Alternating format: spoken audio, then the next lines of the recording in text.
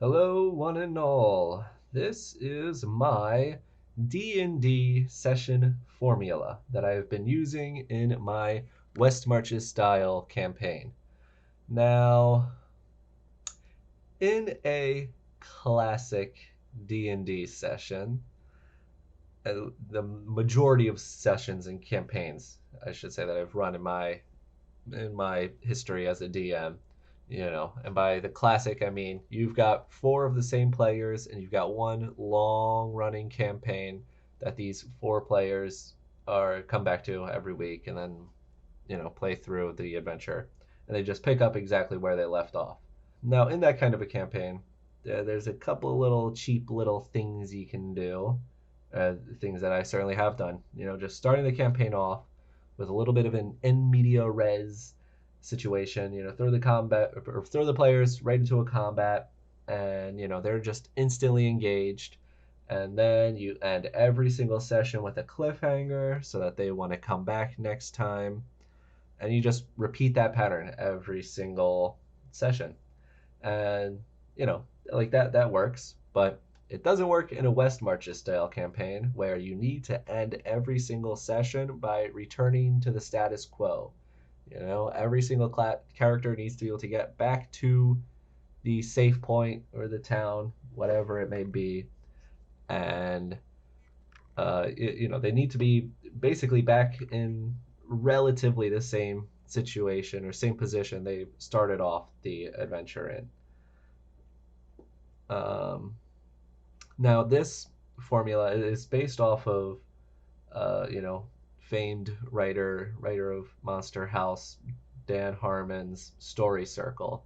And his Story Circle is basically an adapted, formula created, like a modified version of Joseph Campbell's Hero's Journey, yada yada. But it's shortened down, condensed down to only 8 steps. Yeah, he used this for like sitcom formulas for his like Community and Richard and Mortimer and all that. And the sitcom formula, it works relatively well. It translates pretty well to a West Marches style campaign. Conceivably you could also use this for one shots. I do think trying to use something along this lines would be better for trying to write a one shot rather than just Kim, doing nothing. And also say I have actually tested this in a number of sessions, and it has worked relatively well. In my very, very first couple of sessions, I basically had like come up with a dungeon and sort of just tried to come up with a reason for them to get to that dungeon. And in a sense, that's most of what this is. Like, if you can do that, that's like 75% of your session and everything you need for it right there. But this just gives everything. This formula just sort of ensures that you hit all the beats. And just if you ever have problems with pacing, which is the reason I came up with this is because I realized, like, oh god, these sessions are so poorly paced, then I think this will help a lot. So we're starting off with the introduction. Now, right off the bat, the first thing we're getting done is resolving the previous week's downtime. So if your players, or for all the preceding weeks that this character was not doing anything, during this resolve downtime moment is where we're going to figure out like what they did for the past couple of weeks and what they gained from that. After that, we're going to determine some, well, okay. And by after that, I mean one, you could conceivably swap around these stages. These are by no means like set in stone, especially in D&D where you're just running off of what the players choose to do. It is very possible that some of the things around here get shifted and moved.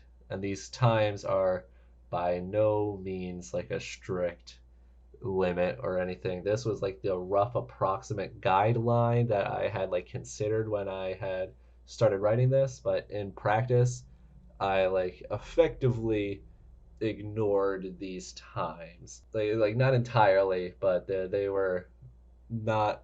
I was not too concerned with staying strictly close to these limits. But I digress. Okay, so short-term ambitions. Um, Now, this is what I believe separates good players from the GOAT players. Now, like a good player will have at least some kind of motivation. You know, they want to get their family heirloom sword back from the evil wizard Gilgazar, and every single session they do, they kind of have the excuse or maybe the reasoning of, well, this taking this action, participating in this session and quest or whatever will in some way help me further my goal of getting my sword back. And like that works, and I'm happy to have that at the very least at my table rather than someone who is entirely aimless and just going from thing to thing for literal no reason. But if you're a GOAT player, you can come up with a motivation for like a specific motivation for every single given quest. If you know, like, okay, we're going to, like, it seems like the quest we're going to go on this time is go to Goblin Dungeon and kill a bunch of goblins, the GOAT player will come up for a reason for why their character specifically would want to do this, and maybe my father was killed by goblins, so I hate them and I want revenge.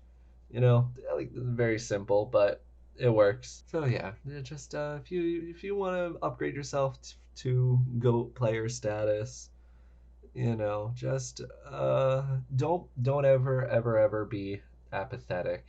Just it might come across as a little bit contrived or melodramatic sometimes, but just always care about anything and care about everything for some reason and find a reason that makes sense for why you care about it.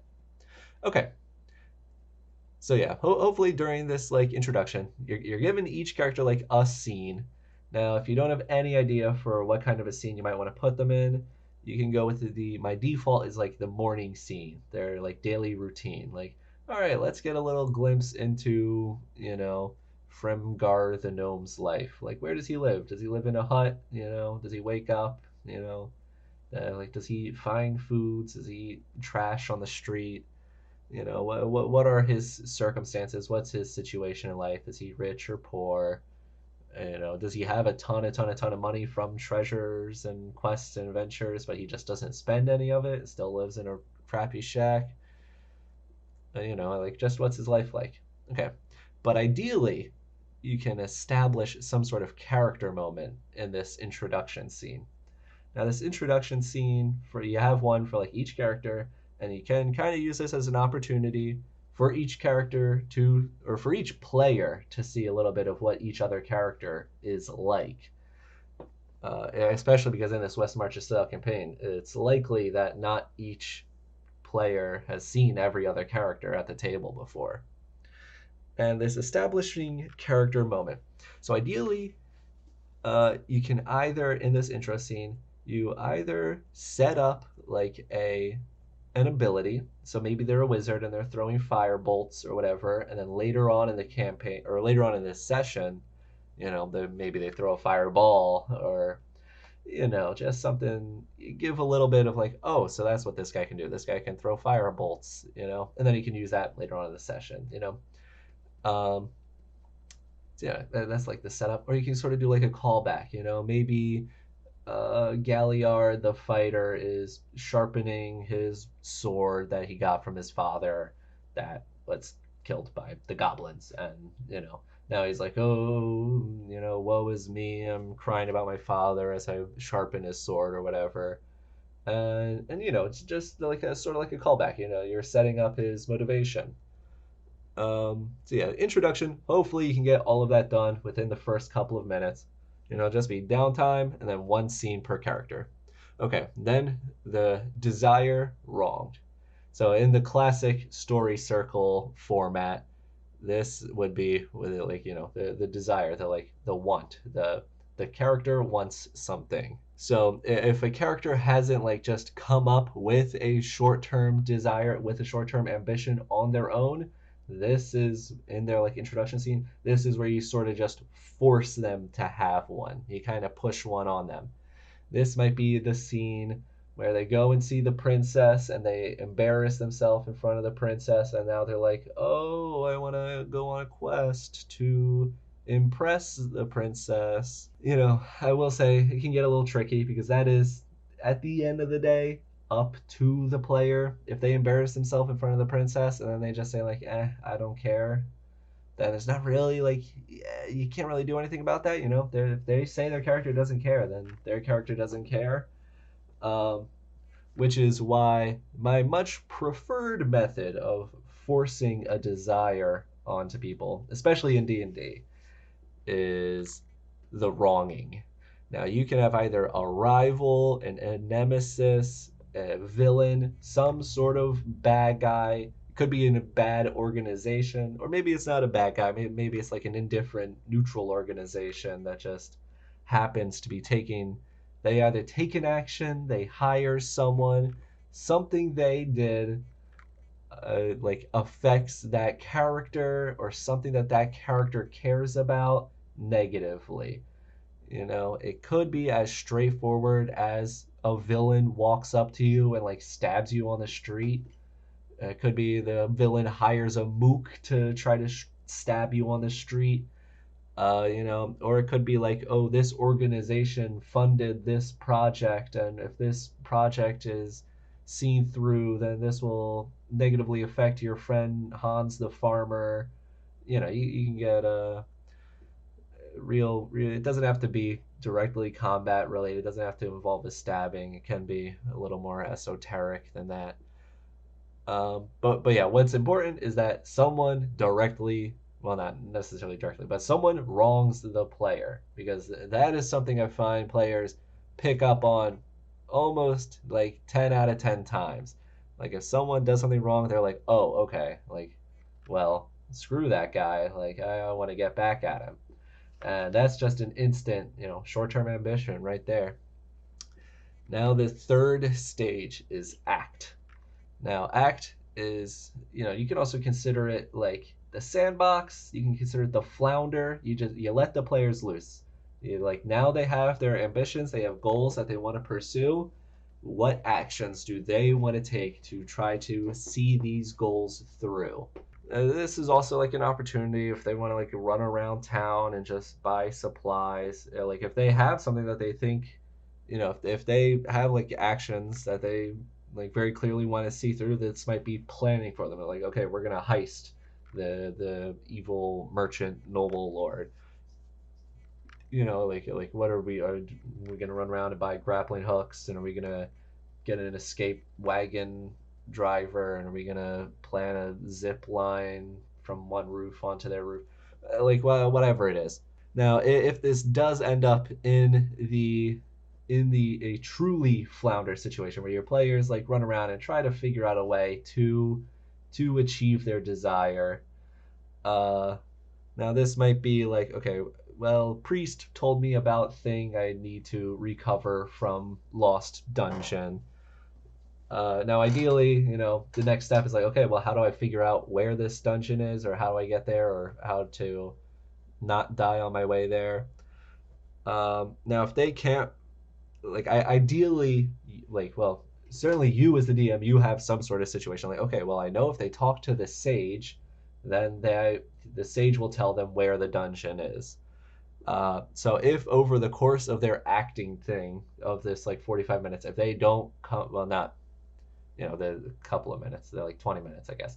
If they can't find, like, if they don't happen to run across this sage that can tell them where the dungeon is, or anywhere else that you could conceivably decide that they also know where the dungeon is, then you sort of have to put it in front of them. They either have to talk to someone who like can tell you, oh, well, you should go see the sage, or like literally just straight up like the sage walks into the tavern to get a drink and sees you all and overhears your conversation.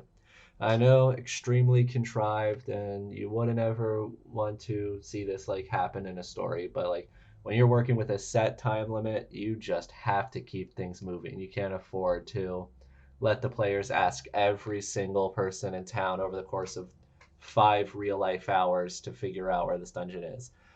Okay, but yeah. So eventually, yeah, like they find the means to their desire. Now, it could be a sage, could be a piece of information, could be an organization. You can go really lots and lots and lots of ways for people to find things out. Okay, and then there's a little subset of this. This is like a little pacing tool, but they head out of the town. They go out and they head to the dungeon or whatever it is, and on the way, if they've gone through these first three steps very quickly, you throw in a travel encounter.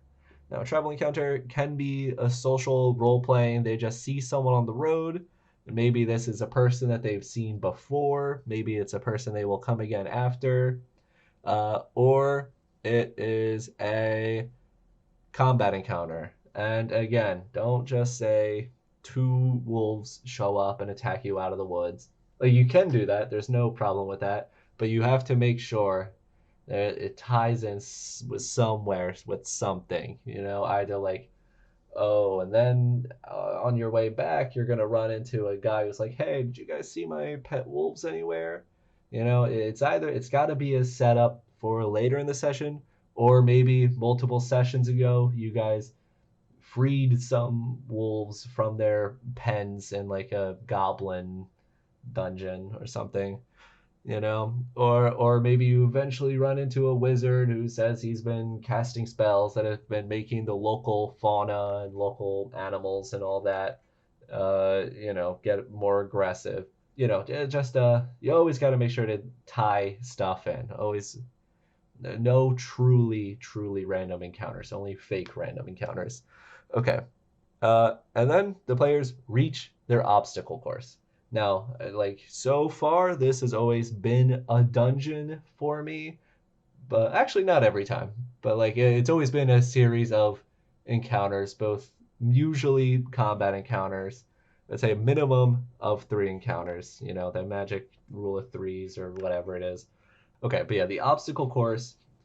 Well, so when you get it involved, there's like so I guess this would be something you set up before this stage, but you gotta if you can't set up that like direct short-term ambition for all the players, you need to make some sort of reward, or at least that is great enough to entice adjacent character players. Just there's gold in here, so even if you don't directly have an ambition that makes you want to clear out this dungeon, you can walk away safely knowing that you'll have an extra 100 gold pieces in your coin purse or whatever. And the obstacle course, yeah, does not necessarily have to be a dungeon. It could be a wizard trial, and there's going to be pieces of evidence that you guys are going to have to like defend and like refute against. And it could be like 3 witnesses or something that you guys have to defend yourself against. It could be entirely role play and social. It could be riddles and traps. But yeah, normally I just three bands of goblins. So who doesn't like killing goblins? And I'm not gonna go around and make every single encounter interesting here, but ideally 3 interesting encounters. These do not have to be extremely difficult. This is the opportunity for the players to flex. This is let them be adventurers and heroes. They should be able to get through these encounters relatively unharmed, relatively easily. They're like there's danger, like it's possible for things to go wrong. It's not just a walk in the park, but like they shouldn't be being brought to the brink of death in these encounters. But once they get through the obstacle course, at the end of the dungeon, they see the giant gold doors that say, evil boss ahead, like evil boss's room, and make it like it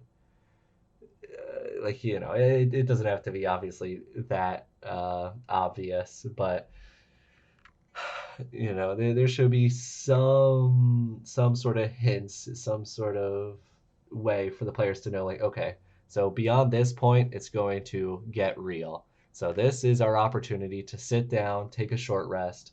Now, my system short rest is only 10 minutes, so I have this like short rest period as only being 10 minutes. So yeah, just give them a chance to like to recover what little health they lost and maybe some abilities that they used over the course of the obstacle course, you know, to return them back to where their like current state, their beginning state, their initial state. And so yeah, this can also be a literal like in person, go get your Mountain Dew, go get your Cheetos and all that. Could also just be a slow, reel the pace back in. You guys just did a bunch of exciting fighting and combat and all that. Now we're just sitting around the campfire. You're catching your breath. You're, you know, the players might be, or the characters might be sitting around talking to each other, talking about their personal lives and whatever. You know, it's just bringing everything back down. And then when you walk through those boss doors, you know, we have the confrontation, the boss fight, the like main encounter. It could also be like a chase scene if we're just out, and then the entirety of this is happening like off in the woods. You know, this should be dramatic. It should feel climatic. You know, the players, there should be a real sense of danger now beyond just losing a few hit points from that previous obstacle course. You know, the players should really feel like, okay, like if we do this wrong, we might die and suffer the ultimate consequence. For after that first half, you know, the players should think like, okay, well, you know, we lost a little bit of HP. Maybe we used like a potion, maybe we used a scroll or what have you. But they should feel like they should have at least like a few moments where they think they are in the clear. And then, you know, the real boss fight will begin. So this is either, oh, the boss might just get resurrected, like this is a video game, and now phase two begins. This might be the demon possessing the boss pops out, and now he's gonna fight you. This might be you guys walk out the door, and then you see, you know, the real, well, someone's nemesis or villain, and this was a trap, and they will now attack you.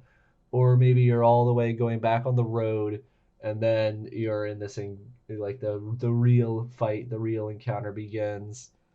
Um, or this could even happen when they're all the way back in town, you know. But the point is that this happens after the boss fight, and this has real dramatic consequence. Now this is everything is dialed up to 11. People should be near death, uh, possibly like go down and like risking injury. Players should have to like actively use their resources now, like potions, like just keep putting on the pressure. Goons keep showing up or what have you until they use their potions. They use scrolls. You know, they are using stuff that they can't just like freely get back. You know, could possibly NPCs die or companions die. Or if this is all like social encounter stuff that you're doing, maybe they have to choose. This is the moment they have to choose between one of their allies and the other ally. You know, this is the moment that one of their allies is going to walk away if they side with someone else.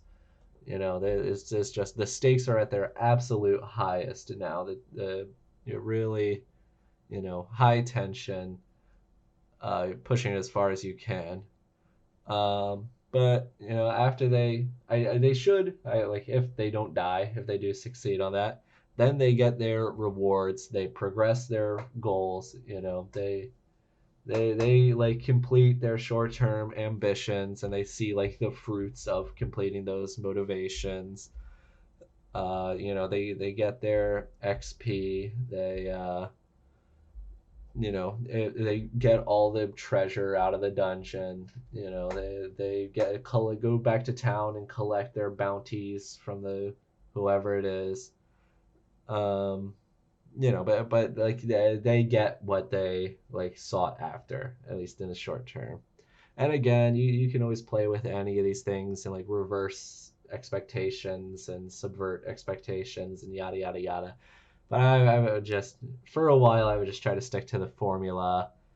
until you get it down, and then I would start playing with it after I feel like I have a very strong grasp of it. But at the very end, everyone gets back home. The status quo is returned. Everyone's in the town and safe. You might drop a few hints for leads for next session. Ideally, you get some sort of an idea as to what direction people want to go in next session. People might start like determining and thinking about their downtimes that they want to pursue.